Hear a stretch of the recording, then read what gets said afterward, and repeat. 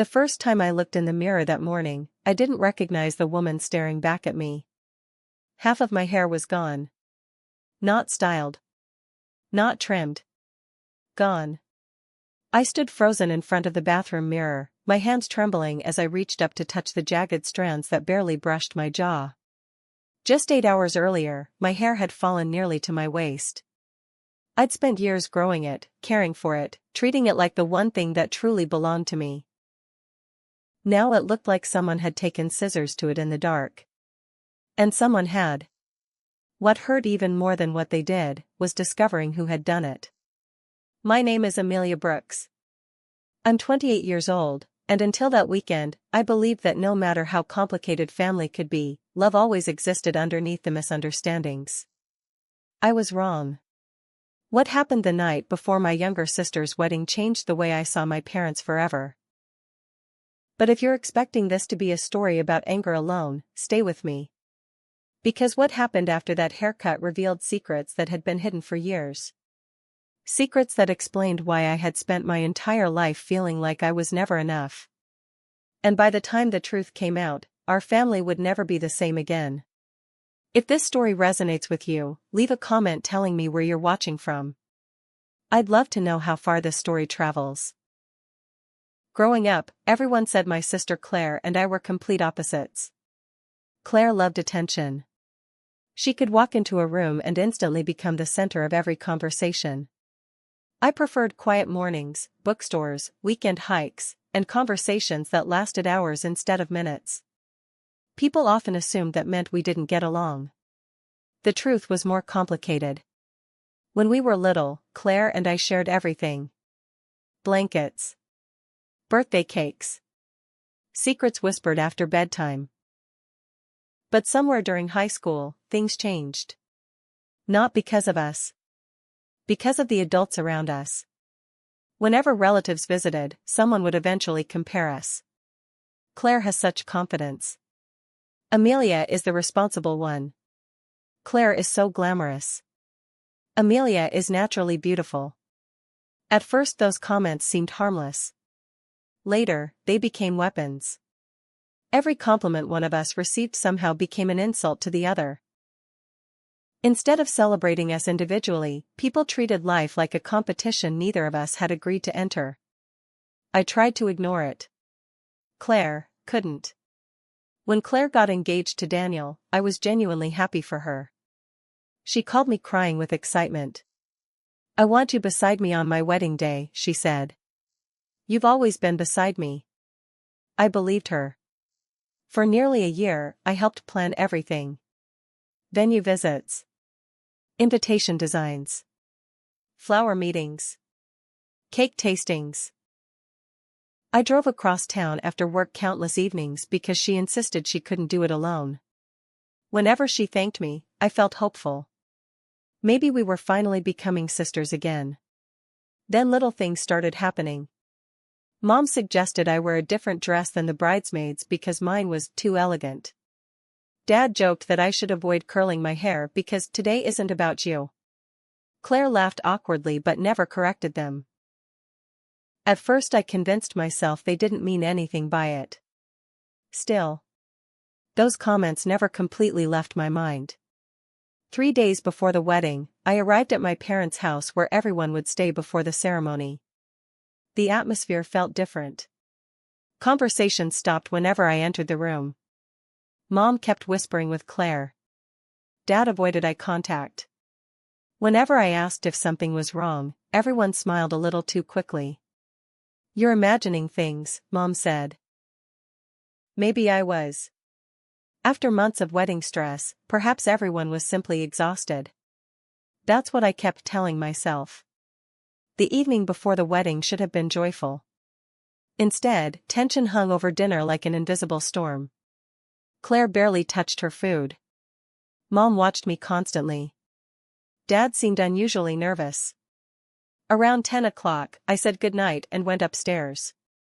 Before sleeping, I brushed my long chestnut hair slowly, something I'd done almost every night since college. It relaxed me. I braided it loosely and smiled at my reflection. Tomorrow my little sister would get married. Despite everything, I wanted it to be perfect. I turned off the light. Within minutes, I fell asleep. I never heard my bedroom door open. I woke before sunrise. Something felt wrong. Not painful. Just strange. My pillow felt unusually light. When I rolled over, strands of hair covered the white pillowcase. At first I thought my braid had come undone. Then my hand reached the back of my head. There wasn't enough hair to grab. My heartbeat exploded. I stumbled into the bathroom. The mirror confirmed what my fingers already knew. Chunks had been hacked away unevenly. One side reached my shoulder. The other barely covered my ear. It looked impossible. Deliberate. I couldn't breathe. I ran downstairs clutching handfuls of uneven hair. What happened? Nobody answered. Mom froze. Dad looked down. Claire's face turned completely pale. Then I noticed something sitting on the kitchen counter.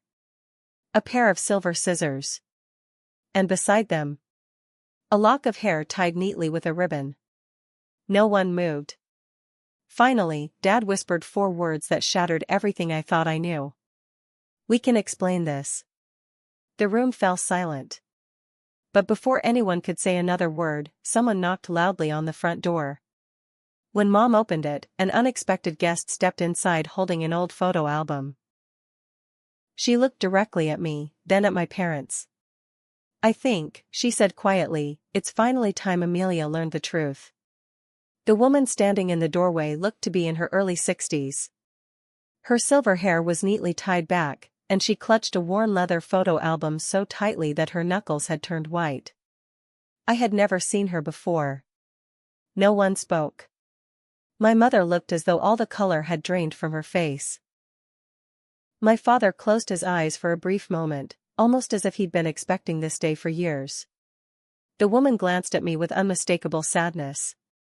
I'm sorry, she said softly. I wish we were meeting under different circumstances. I swallowed hard. Who are you? Before she could answer, my mother interrupted. Now isn't the time. The woman didn't raise her voice. I think this is exactly the time. The room became painfully quiet. Claire stared between our parents and the stranger. What is everyone talking about? She asked. No one answered her either. I felt my emotions swinging wildly between anger, confusion, and disbelief. My uneven hair barely mattered anymore. Whatever was happening was much bigger than one terrible night. The woman slowly placed the photo album on the dining table.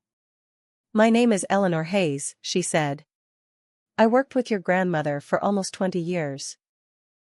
At the mention of Grandma Rose, my heart tightened. She had passed away 2 years earlier, and I still missed her every day. Grandma had always treated Claire and me equally. She never compared us. Never made one daughter feel more important than the other. She simply loved us. Eleanor carefully opened the first page of the album. There were photographs I had never seen. Family gatherings. Birthday parties. Vacations. But something immediately caught my attention. In nearly every picture, Grandma stood beside me with one protective hand resting on my shoulder. Almost as if she was quietly reassuring me that I belonged. Eleanor looked directly at my parents. Rose told me that if anything ever happened before she could explain everything herself, I was to bring this to Amelia. Dad rubbed his forehead. We agreed those conversations would never happen. You agreed, Eleanor corrected calmly. Rose never did. Claire stepped closer. Can somebody please tell me what's going on? Eleanor turned another page. Inside was an envelope with my name written across it in Grandma's handwriting. Seeing those familiar letters instantly brought tears to my eyes. She had written my name exactly the way she always did, with a tiny heart above the final letter. Eleanor handed me the envelope. My hand shook as I opened it. The letter wasn't long. But every sentence felt heavy. My dear Amelia. If you're reading this, then the truth has waited far too long. Please remember one thing before you continue. Nothing that happened to you was ever because you deserved it. I stopped reading. My vision blurred. Those words struck something deep inside me. How could Grandma know I would need to hear that? I looked up. Mom was crying silently. Dad refused to look at me. Claire whispered, "What does it mean?" I don't know. Eleanor gently encouraged me. Keep reading. I took a deep breath. Families sometimes make mistakes because they are afraid. Fear can grow into silence. Silence can become years. And years can make ordinary people believe that unfairness is normal. I lowered the paper again. The entire house felt impossibly still.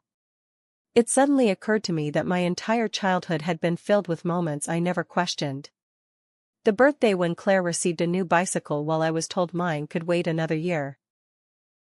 The school awards where my accomplishments were dismissed because Claire needed encouragement more. The family vacations where my opinions rarely mattered. I had always assumed that was simply how families worked. Now, I wasn't so sure. Claire looked completely overwhelmed. I thought Mom and Dad just expected more from you because you're older. So did I admitted. No one else spoke. Finally, Eleanor broke the silence. Rose spent years trying to convince your parents that treating one child as less important would eventually break both daughters. Claire's eyes widened. What do you mean, both? Eleanor looked at her kindly. When one child is constantly compared to another, neither child truly wins. Claire began crying. I never wanted that. I believed her. For the first time in years, I saw not the confident bride everyone admired, but my little sister. The same little girl who used to sneak into my room during thunderstorms because she was afraid of lightning. Maybe she had been trapped in this unhealthy dynamic too. Then I remembered the scissors. I looked directly at my parents. I need one honest answer. Neither of them spoke. Did you cut my hair? Dad finally nodded. Yes. The single word echoed through the room. Why? He looked ashamed. We thought. His voice cracked. We thought people would spend less time comparing you to Claire. I couldn't believe what I was hearing. You thought humiliating me would somehow protect her? Mom finally spoke through tears. It sounds horrible because it was horrible. Then why? She covered her face. We convinced ourselves it was only hair. No, I whispered. It wasn't. It was trust. No one argued. Outside, wedding guests had begun arriving. Cars pulled into the driveway. Laughter drifted through the open windows. Inside, our family felt as though it had completely fallen apart. Claire slowly removed the sparkling bridal veil she had been carrying. I'm not walking down the aisle until this is addressed, she said firmly. Mom looked shocked. The ceremony starts in 2 hours. I know. Claire turned toward me. I can't celebrate the happiest day of my life while pretending this never happened. Before anyone could respond, Eleanor reached into the back of the photo album. There is one more thing Rose wanted Amelia to have. She carefully removed a sealed document. Unlike the handwritten letter, this one had been notarized. My grandmother had considered it important enough to make legally official. When I saw my full name typed across the front, my heart began racing again. Whatever was inside that envelope, it was something my grandmother had planned years in advance.